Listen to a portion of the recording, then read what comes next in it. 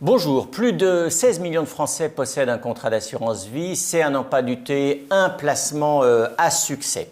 Le revenu défend l'assurance vie, vous le savez, et à raison, parce que c'est un placement qui vous accompagne tout au long de votre vie. C'est un placement à avantages fiscaux, à avantages sur le plan juridique. Il n'empêche, c'est peut-être un placement, et c'est un placement populaire, c'est aussi un placement complexe. D'ailleurs, déjà rien que son nom est parfois trompeur. L'assurance vie, c'est un placement, ce n'est pas une assurance sur la vie. Vous devez savoir pour optimiser ce placement, pour optimiser vos contrats, un certain nombre de choses sur le plan juridique, sur le plan fiscal. Vous avez besoin d'être bien accompagné, d'où l'intérêt, d'où la justification de cette émission spéciale, la place de l'assurance vie en gestion de patrimoine.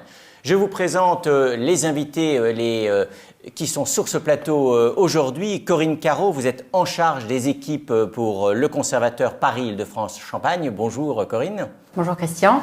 Thibaut Cosnet, vous êtes directeur de l'offre financière du groupe Le Conservateur. Bonjour Christian Fontaine. Alors, je disais il y a quelques secondes, c'est un placement complexe, donc il faut être bien conseillé. Le revenu, vous nous connaissez, leader de la presse patrimoniale. Nous vous accompagnons depuis mai 1968, date de création du revenu. Le Conservateur, c'est plus de 170 ans d'expérience et d'accompagnement patrimonial. Thibaut, est-ce que vous pouvez un tout petit peu nous présenter le Conservateur ? Volontiers. Alors effectivement, le Conservateur, c'est une entreprise qui a été créée en août 1844, donc il y a 178 ans. C'est une entreprise spécialisée autour de la gestion du patrimoine, qui ne fait qu'un seul métier, c'est la gestion de patrimoine.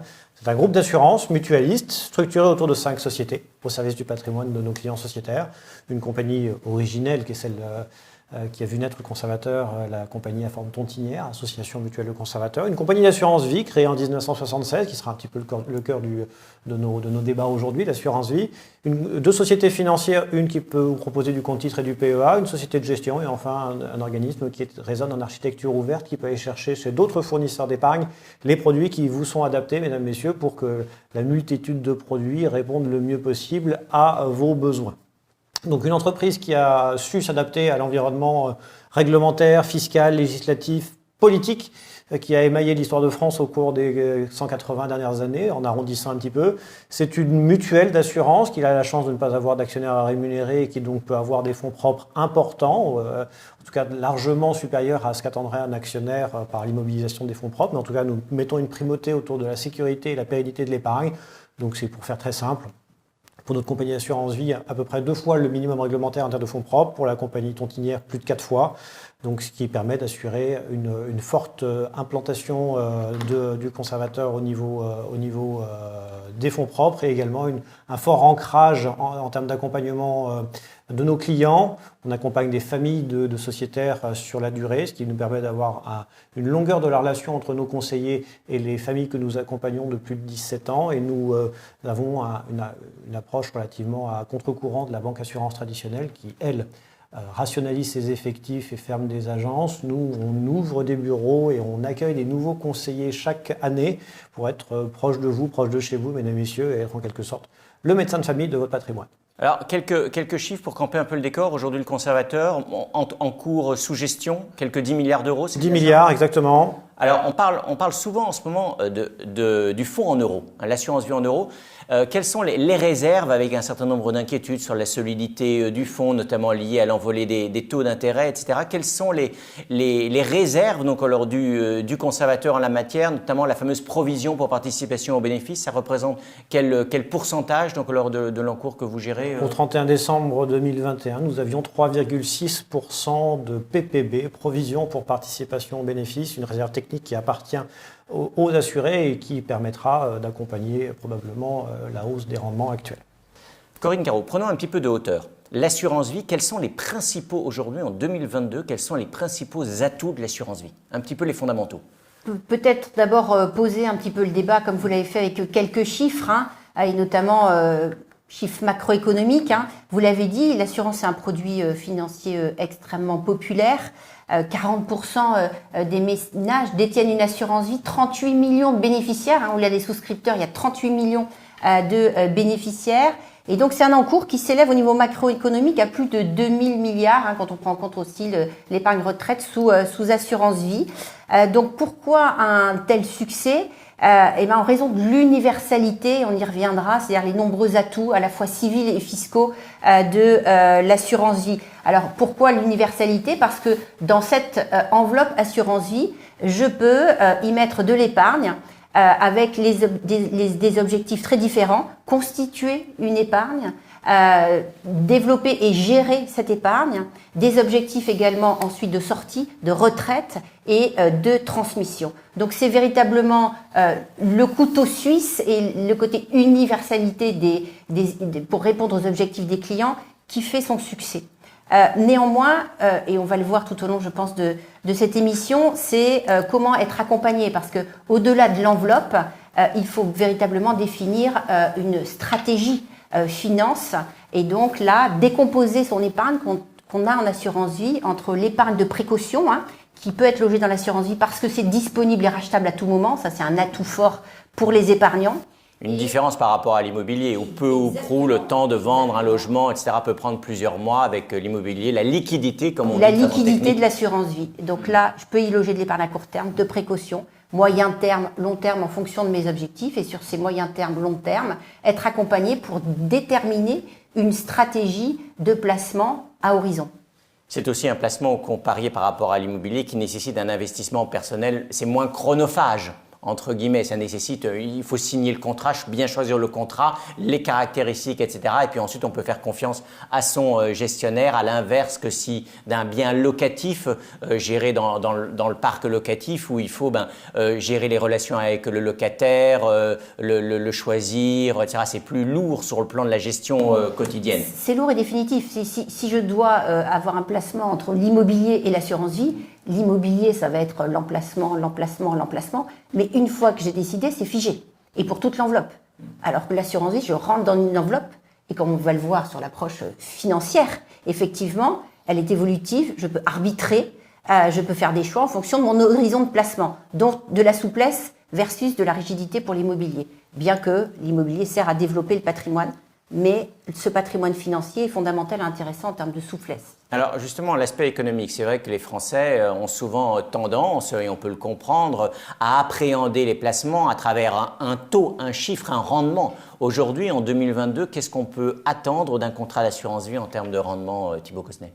Alors, c'est bien effectivement de commencer par ce bout-là de l'analyse de l'axe économique, puisque pendant des années, assurance vie et fonds en euros ont été un ensemble non différencié. L'enveloppe assurance vie est un contrat que Corinne Caro développera en termes d'approche patrimoniale et fiscale.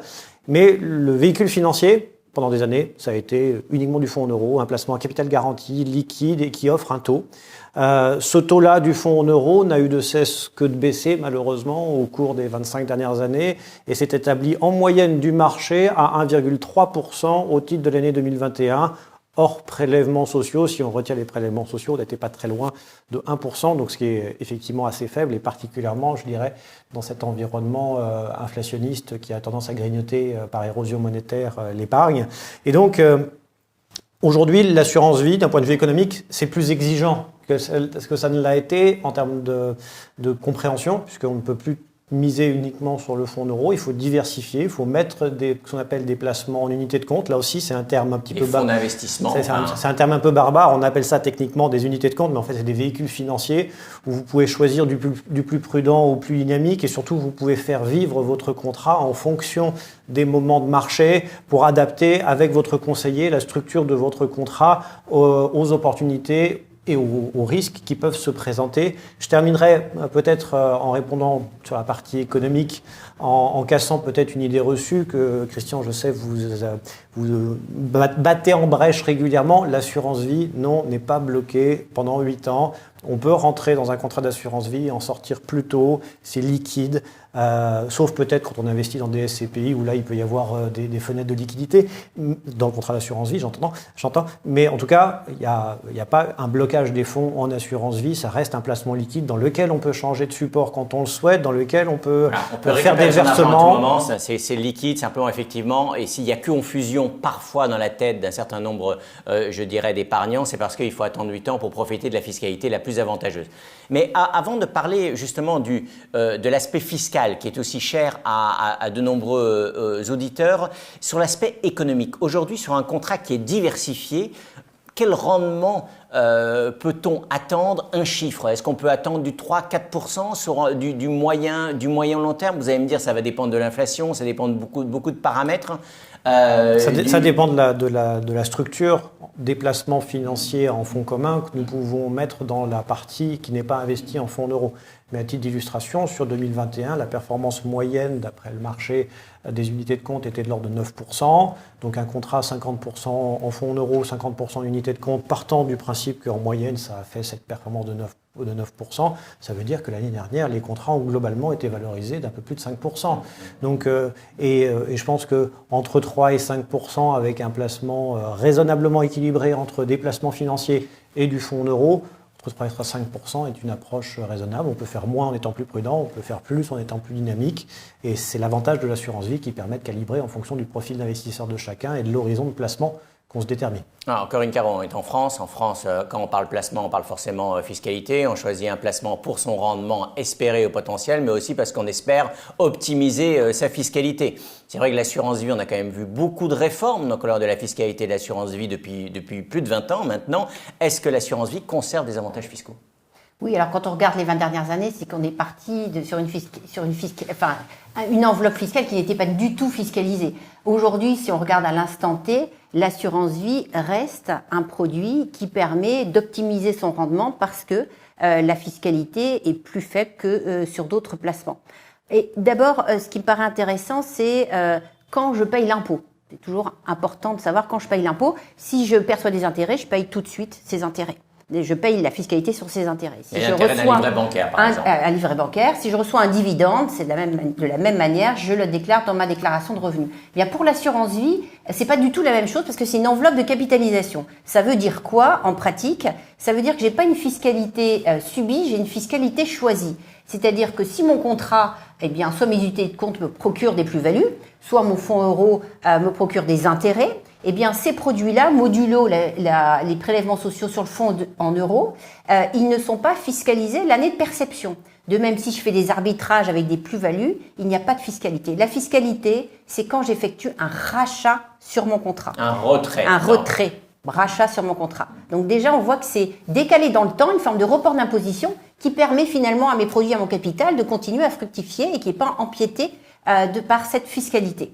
Premier point. Après, quand j'effectue un rachat, là, j'ai une législation fiscale qui est peut-être un peu technique, mais qui est très favorable. Et on peut partager ensemble de manière simplifiée au travers d'un camembert. Quand j'ai placé en assurance vie un capital qui a produit des fruits, des revenus, si à un moment je fais un rachat partiel d'une quote-part finalement du montant de mes encours, toute la partie capital que je retire, parce que la loi répute qu'il y a une partie capitale, elle n'est pas taxée, j'ai juste une quote-part de mes intérêts qui est rachetée. Donc ça veut dire que j'ai aussi une assiette, parce que dans la fiscalité, il y a l'assiette et le taux. Et donc là, l'assiette, quand je fais des rachats partiels, elle est véritablement réduite. Donc là, très concrètement, pour que les gens qui nous écoutent comprennent bien, si vous avez un contrat de plus de 8 ans, donc avec une fiscalité optimisée, ça va dépendre de chaque assuré, etc. Mais en moyenne, en tout cas nous, c'est ce qu'on constate au revenu dans les nombreux courriers que vous nous envoyez, que peu ou prou, en moyenne, un assuré peut retirer 30, 40, 50 000 euros par an hors impôt. Bien sûr, il va payer les prélèvements sociaux sur les gains, 17,2, mais pas d'impôt. Oui, parce qu'il y a à la fois cette assiette qui est réduite, parce que j'achète du capital, et surtout, avec le temps, c'est ces fameux 8 ans en assurance vie qui parfois conduisent à considérer que c'est bloqué. Non, c'est si j'ai un contrat où je fais un rachat qui l'enveloppe à plus de 8 ans, à ce moment-là, j'ai des abattements annuels qui s'appliquent en fonction de la situation patrimoniale et là qui peuvent conduire à une fiscalité de 0 si je fais des rachats partiels annuels. Et ça, c'est la fiscalité sur les retraits, la fiscalité sur les gains. Quid de la fiscalité en cas de transmission? C'est là où je vous disais l'universalité, effectivement. et les avantages fiscaux qui se cumulent quelque part, puisque si je rachète, j'ai une fiscalité allégée, mais si je maintiens mes encours et qu'un jour ils sont transmis d'abord acte civil aux personnes que j'aurais désignées, la puissance aussi de l'assurance vie, c'est une liberté totale retrouvée dans l'affectation des sommes. On récupère de la souplesse par rapport au droit civil qui fixe qu'au décès, X% va aux enfants, aux conjoints, etc. Ici, le souscripteur peut décider à qui vont les sommes. Et ensuite, sur la taxation de ces sommes, là, ce qui fait la force de l'assurance vie en matière de transmission de patrimoine, c'est qu'on a une fiscalité dédiée qui est décorrélée de la fiscalité des droits de succession classiques qu'on connaît, en ligne directe qui peuvent aller jusqu'à 45%. Là, en assurance vie, on a d'abord une fiscalité où on peut donner à chaque bénéficiaire 152 500 € sans payer aucun droit, et aussi la force de l'assurance vie, quel que soit le lien de parenté. Et là, on voit qu'aujourd'hui, famille recomposée, famille moderne, on peut avoir aussi une souplesse pour se détacher du 60% entre nos parents. On peut donner 152 500 à un filleul, un neveu, un petit-neveu en assurance vie. Corinne Caro, ça c'est la fiscalité aujourd'hui. Oui. Mais quid de la fiscalité de l'assurance vie demain? Est-ce qu'il y a des réformes qui sont dans les tuyaux? Est-ce que vous pouvez rassurer les auditeurs en leur disant, alors vous ne pouvez pas lire dans la boule de cristal, mais comment voyez-vous évoluer la fiscalité de l'assurance vie? La boule de cristal, non. En revanche, je peux écouter les débats parlementaires à l'Assemblée nationale. Et c'était intéressant d'ailleurs dans le cadre des débats du budget 2023. Aujourd'hui, en fait, le gouvernement prône, et la majorité présidentielle, une stabilité fiscale. Quand on parle de réforme potentielle d'assurance vie, on parle de réflexion sur la taxation de la transmission de patrimoine. Et grâce à un amendement d'appel, là, la majorité présidentielle confirme ce qui était dans le projet présidentiel lors de la campagne électorale d'Emmanuel Macron, c'est-à-dire davantage travailler sur les abattements en ligne directe. Les 100 000 € par enfant deviendraient 150 000, et créer aussi un abattement de 100 000 € en succession en ligne indirecte pour prendre en compte la nouvelle forme des familles et la composition des familles. Donc un travail plutôt sur le montant des abattements, ce qui laisse place à la stabilité et qui est cohérent avec cet engagement politique qui est traduit d'ailleurs sur la fiscalité de l'assurance vie. On a eu une réforme loi de finances 2018 et là on serait sans réforme sur cet aspect-là. Donc c'est la stabilité plutôt. Oui. On est plutôt. D'ailleurs, il me semble de le mémoire débat est déporté sur le montant des abattements par enfant, mais pas. Et puis la fiscalité a une force aussi, c'est qu'elle alimente aussi l'épargne des Français est drainée vers l'économie. Il y avait effectivement de mémoire, d'ailleurs même pas de mémoire, c'était l'une des promesses donc, alors, du candidat Emmanuel Macron donc, alors, qui avait promis au printemps dernier donc, la stabilité de la fiscalité sur l'assurance vie. Alors voilà un petit peu pour les atouts donc, alors, de l'assurance vie, voilà un petit peu pour la partie théorique, la première partie de cette émission. Maintenant je vous propose de rentrer un tout petit peu dans les illustrations concrètes. À chaque âge, bien sûr, sa stratégie en assurance vie. À chaque profil, son produit, son allocation d'actifs.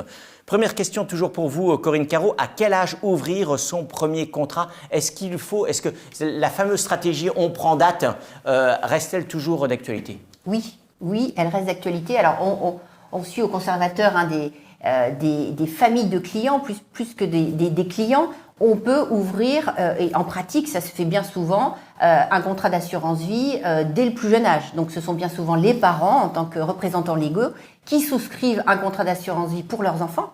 Cela permet effectivement de prendre date pour d'éventuels rachats, pour financer des études, etc. plus tard. Donc ça, c'est de la date fiscale. Mais aussi économiquement, c'est l'opportunité d'alimenter par des petites sommes, des virements programmés, une épargne future pour ses enfants. Alors on rappelle, quand elle n'est pas disproportionnée par rapport à celui qui donne et celui qui reçoit, ce sont des présents d'usage. Donc tout ceci, c'est hors droit de donation. Donc on peut créer un petit capital pour son enfant. Donc ça, on peut sans problème déposer 1000, 2000, 3000 €. Jusqu'à combien peut-on monter aux anniversaires et à Noël hors impôt? Les présents d'usage, c'est fonction de... on se regarde chacun dans la glace et combien je fais, quel est le montant du cadeau pour l'anniversaire, pour le nouvel an, pour une réussite à des examens, etc. Voilà. Donc, faut pas que ce cadeau appauvrisse La personne qui donne, c'est ça Exactement. Et il faut Exactement. que ce cadeau intervienne et on voit quand on est sur cette cible de clientèle, hein, c'est-à-dire que j'ouvre un contrat d'assurance vie pour un enfant très jeune, on est véritablement dans des flux qui sont raisonnables, hein, parents-enfants, voilà. Donc ça, c'est vraiment une opportunité, et le contrat est géré par les parents jusqu'aux 18 ans.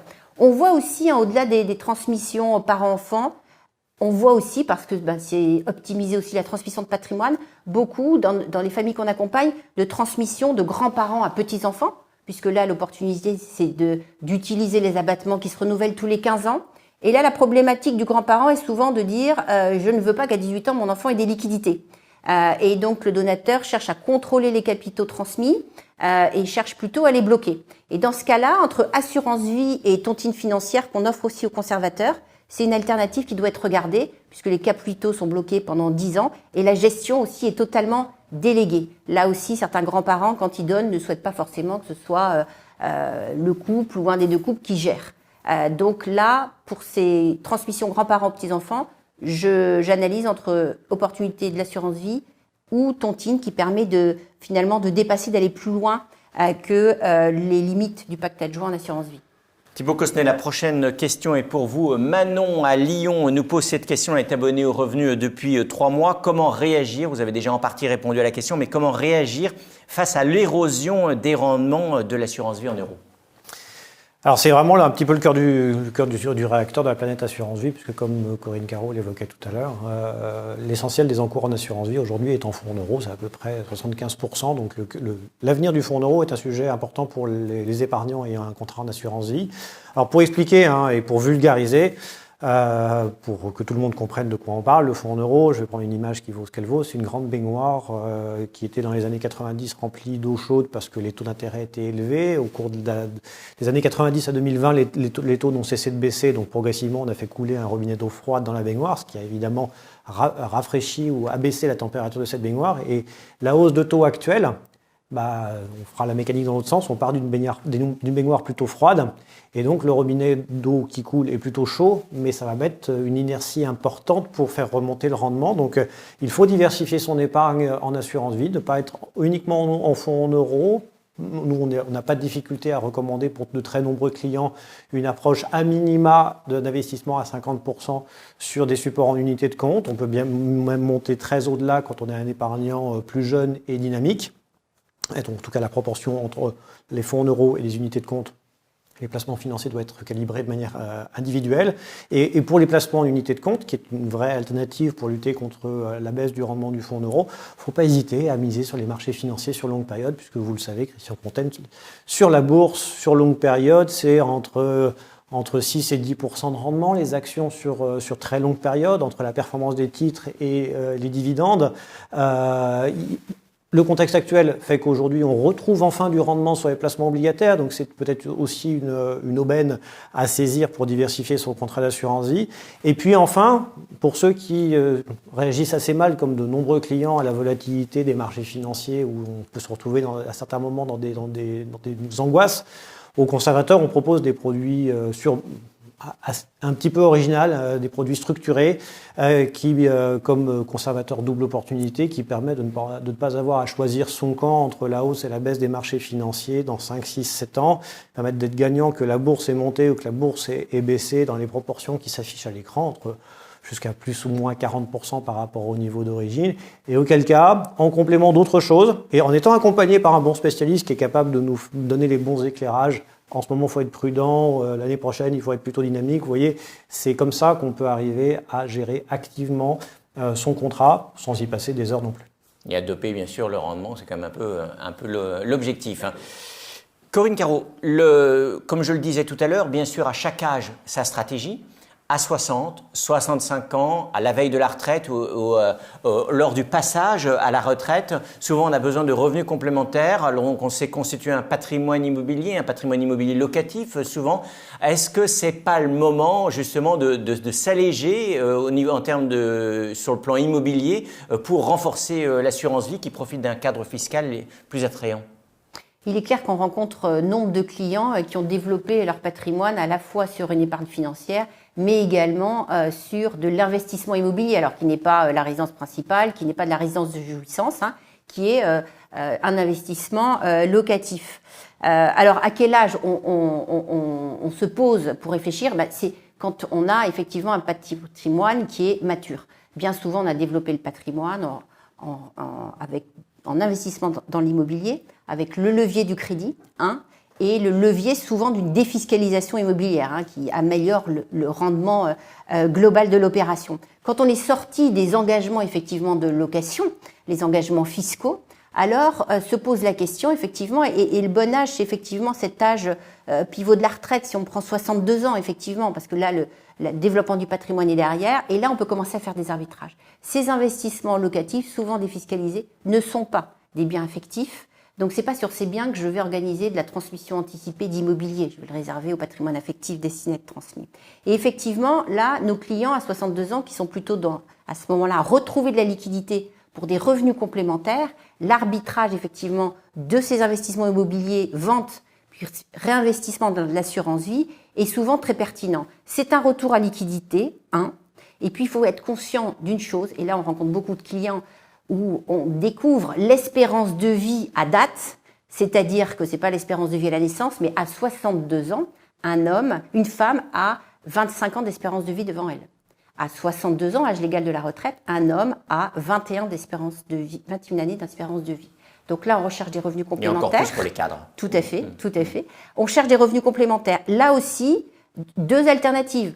Pour les revenus complémentaires à 10 ans d'échéance, bien entendu, l'assurance vie, où en général on aura pris date depuis un certain temps déjà, est intéressante. Autre alternative possible pour les revenus à plus de 10 ans, la tontine financière avec une diversification donc des actifs financiers.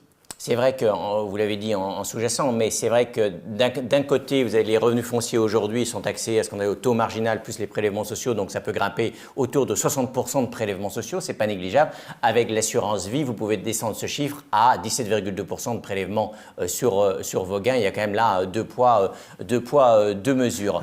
Les taux d'intérêt remontent, je l'évoquais, oui, ça peut créer des opportunités en termes de placement, mais ça va certainement aussi avoir un impact sur le marché immobilier, puisque le coût du crédit aujourd'hui, on le voit, chaque semaine qui passe, les coûts moyens de taux d'emprunt augmentent. Il y a une sensibilité naturelle de l'immobilier au taux du crédit immobilier. Grosso modo, c'est de 1 à 9. Un point de crédit immobilier, taux de crédit immobilier en plus, fait en général baisser sous 12 à 18 mois, ce n'est pas instantané, le marché immobilier de l'ordre de 8 à 9%. Vous êtes quand même en train de nous annoncer une baisse du marché de l'immobilier de 17, 18, près de 20%, puisque les taux ont pris 2 points. Et c'est pour ça que, par rapport aux arbitrages qu'évoquait Corinne Caro, et que c'était l'objet de votre question autour de 60 ans, c'est peut-être bien d'y réfléchir maintenant et peut-être pas dans 2 ans. La presse ce matin évoquait déjà un ralentissement. C'est-à-dire avant la baisse, il y a un ralentissement du nombre de transactions.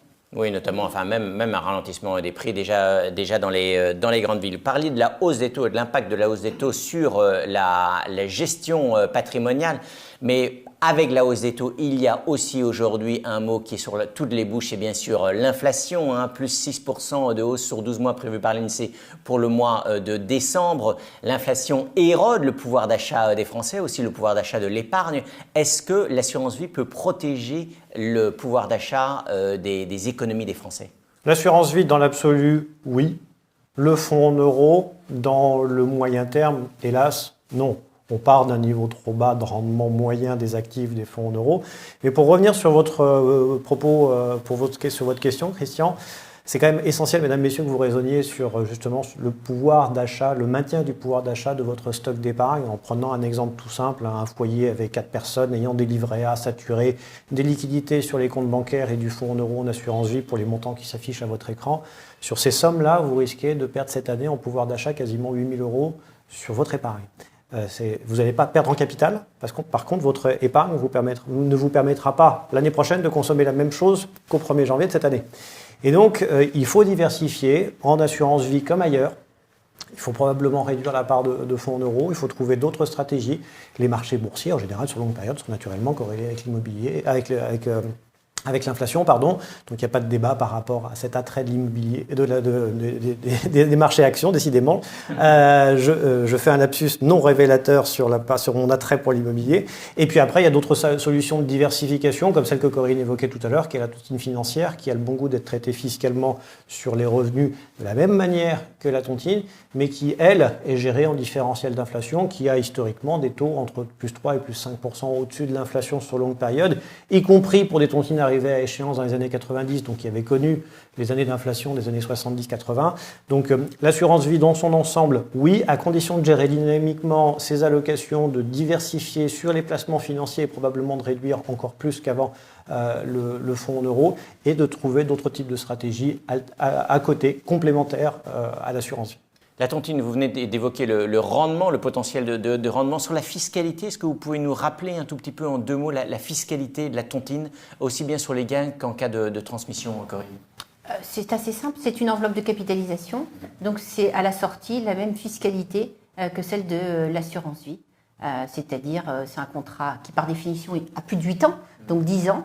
Donc on est sur l'octroi, les mêmes abattements, d'ailleurs ils sont communs avec l'assurance vie, 4006 ou 9002, et après 7,5% ou 12,8% selon le montant des encours, comme en assurance vie. Alors terminons justement par la transmission qui est un aspect patrimonial trop souvent négligé, une question que nous avons, que vous avez je sais aussi très souvent aux conservateurs et aux revenus aussi. L'assurance vie demeure-t-elle intéressante après 70 ans, Corinne Carreau? C'est à vous. Alors, en fait, on a souvent oui, cette base de 70 ans. C'est-à-dire que le meilleur régime fiscal, c'est les primes versées avant 70 ans. C'est le tableau qu'on a vu tout à l'heure. Mais après 70 ans, effectivement, on peut faire des versements en assurance vie. Et dans ce cadre-là, il y a un dispositif fiscal spécifique qui s'applique. C'est-à-dire que les primes quand elles sont transmises à un bénéficiaire, sont taxées, mais tous les produits sont exonérés. Donc c'est le régime fiscal des primes versées avant 70 ans. Donc là, on voit à 70 ans l'espérance de vie, on l'a déjà évoqué tout à l'heure, qu'on peut avoir. Et donc tous les produits générés par le contrat d'assurance vie vont être transmis en franchise de droit. Donc oui, il y a toujours un intérêt fiscal à faire des arbitrages avant 70 ans si ça n'a pas pu être effectué avant 70 ans. Après, quand on dépasse 80, 85 ans, là, on est dans une politique senior, une vulnérabilité. Donc là, c'est la capacité de chacun à gérer ses contrats. On pourra déporter de l'assurance vie vers du contrat de capi. Mais à 70 ans, après 70 ans, on a beaucoup de clients qui continuent à faire des arbitrages de leur patrimoine et à placer. Il y a toujours un intérêt fiscal. Et donc tous les gains sont totalement exonérés de droits de succession. Donc c'est peut-être l'intérêt pour cette poche-là, pour ce contrat-là, de dynamiser son contrat au maximum. On arrive vers la fin de cette émission et donc au sacro-saint moment des questions des internautes, même s'il y en a déjà eu une ou deux tout à l'heure. Paul nous pose cette question. Les assurances vie sont-elles aussi solides qu'on le dit souvent, Thibaut Cosnet?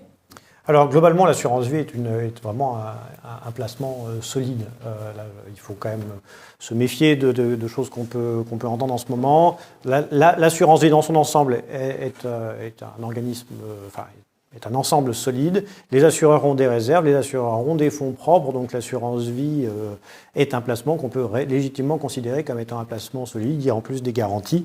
Néanmoins, on peut analyser de manière fine la manière chez quel interlocuteur on va placer son argent en analysant des facteurs comme je l'évoquais tout à l'heure en introduction en parlant du conservateur, les marges de solvabilité, donc les fonds propres que nous avons pour garantir les prestations que nous vous devons. C'est très simple, hein, c'est un chiffre qui doit être supérieur à 100% et le plus élevé, il est la marge de solvabilité et la solidité est pertinente. Le deuxième point, c'est les réserves techniques dont vous parliez tout à l'heure, qui sont les participations les provisions pour participation aux bénéfices. Réserves de rendement. Exactement, sur le fonds en euros. Et puis, une petite subtilité aussi, moi j'aime bien les contrats à adhésion individuelle et non pas adhérer à une association, puisque en fait, quand on adhère à un contrat collectif, En fait, c'est l'association qui gère ce contrat, qui prend les décisions pour nous en tant qu'investisseurs, en tant qu'épargnants, alors que sur un contrat individuel, on peut se positionner sur chaque éventuelle modification de son propre contrat, ce qui donne plus de latitude pour éventuellement adapter la structure juridique de son contrat au fil du temps. Donc globalement, pas de risque sur l'assurance vie au sens large, mais effectivement, on peut analyser plus finement et aller dans les compagnies d'assurance qui ont des réserves, qui ont des fonds propres importants, qui ont des contrats plutôt à adhésion individuelle. Thomas de Amiens nous pose la question sur la clause bénéficiaire. Quels sont les principaux pièges à éviter lors de la rédaction de la clause bénéficiaire, Corinne Carreau? C'est ce que vous venez de dire tout à l'heure, c'est-à-dire ne pas sortir son contrat d'assurance vie de son tiroir et de l'oublier. Parce que bien souvent, notamment quand on constitue un contrat d'assurance vie, c'est pour développer une épargne, on n'est pas dans un objectif de transmission.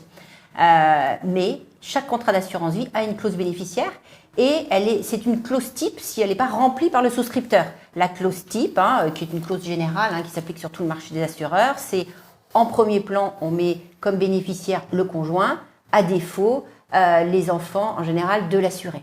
Donc il faut effectivement, mais à l'aune effectivement de ce qu'on a dit, peut-être d'un audit de son patrimoine pour faire l'arbitrage entre l'immobilier et le financier, sortir ses contrats d'assurance vie, parce que souvent on a plusieurs contrats d'assurance vie dans plusieurs compagnies, faire l'audit de ces clauses bénéficiaires. Normalement, votre conseiller a dû venir vers vous pour vous inviter à faire cet audit-là. Et là, toute la liberté de la clause et la souplesse de la clause bénéficiaire peut être évoquée en fonction de sa volonté de transmettre à telle ou telle personne telle ou telle quotité. Donc ça va de mettre les enfants en premier rang, les petits-enfants, une cote par chacun, et ça peut aller aussi sur des clauses plus techniques qui sont les clauses démembrées, où en général l'usufruit appartient au conjoint, la nue propriété aux enfants. Ça a l'air complexe, mais c'est juste de permettre au conjoint de toucher les sommes lorsque le contrat est dénoué, et celui-ci a une dette vis-à-vis de ses enfants, donc ça crée une dette pour la succession ultérieure.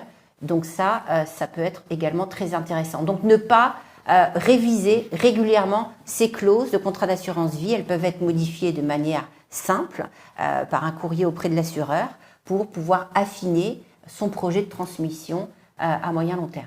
Et que vous pensez, vous, de l'idée parfois avancée de déposer sa clause bénéficiaire chez le notaire? Est-ce que c'est c'est une façon de procéder qui est plutôt à recommander, que vous recommandez, vous, aux conservateurs, ou pas forcément, ou bien sûr, chaque cas est différent? En règle générale, et je crois que c'est assez une position de marché, c'est lorsqu'il y a une clause bénéficiaire avec charge de remploi, une charge quelconque, en règle générale, c'est déposé devant un notaire pour que, au jour de l'ouverture finalement du testament qui comprend la clause bénéficiaire et la charge, il y a une forme de solennité pour pouvoir effectivement que la charge soit respectée. Voilà. Marine de Toulouse nous pose cette question sur la gestion pilotée. Est-ce qu'il faut choisir? C'est vrai que c'est une option, une proposition qu'on trouve dans de nombreux contrats aujourd'hui. Faut-il choisir la gestion pilotée ou gérer son contrat en gestion libre? Thibault? Nous recommandons plutôt une gestion libre. Globalement, on préfère quand même des conseillers qui viennent nous voir régulièrement, mesdames, messieurs, pour vous donner les bons éclairages et puis vous aider à prendre les choix opportuns en fonction du contexte, plutôt qu'un pilotage automatique qui peut être très bon sur longue période, mais qui peut pas forcément correspondre avec le réel horizon de consommation de votre épargne. Peut-être votre contrat d'assurance vie, vous allez commencer à sortir des fonds à compter de votre retraite, mais vous n'allez pas sortir tout à 62 ans. Vous allez étaler vos retraites sur 10 ans, 15 ans, 20 ans. Et donc une gestion pilotée peut être un petit peu sous-efficace de ce côté-là. C'est pour ça qu'il vaut mieux gérer avec des unités de compte, peut-être des unités de compte profilées au sein de chaque fonds assurance vie, contrat d'assurance vie, et auquel cas vous pouvez également compléter avec de la tontine, encore une fois, qui, elle, a naturellement, via des échéances successives, un profil de gestion pilotée et qui, là, correspond à votre horizon de consommation. Eh bien, merci beaucoup.